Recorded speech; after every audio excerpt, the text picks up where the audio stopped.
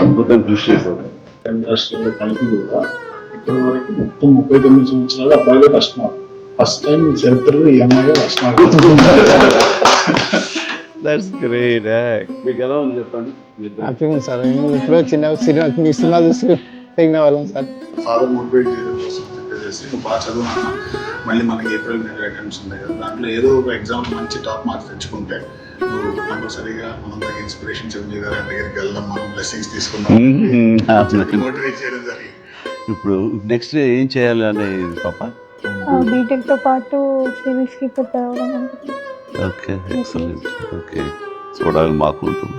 And తల్లిదండ్రులకు నువ్వు గర్వకారణం అవ్వాలి, ఈ ఇన్స్టిట్యూట్ నువ్వు గర్వకారణం అవ్వాలి. ఇదే లక్ష్యంతో మా ఖచ్చితంగా సాధిస్తామన్న దృఢ నమ్మకంతో నువ్వు కఠోర దీక్షగా ఇట్లాగే చేస్తే జరగదంటే ఏది లేదు. నేను అందుకు చిన్న ఎగ్జాంపుల్. నువ్వు చాలా మంచి పని చేస్తావు. ఆడబిడ్డ ఏం చదివిస్తావు అని కాకుండా మంచి ఎడ్యుకేషన్ ఇచ్చారు.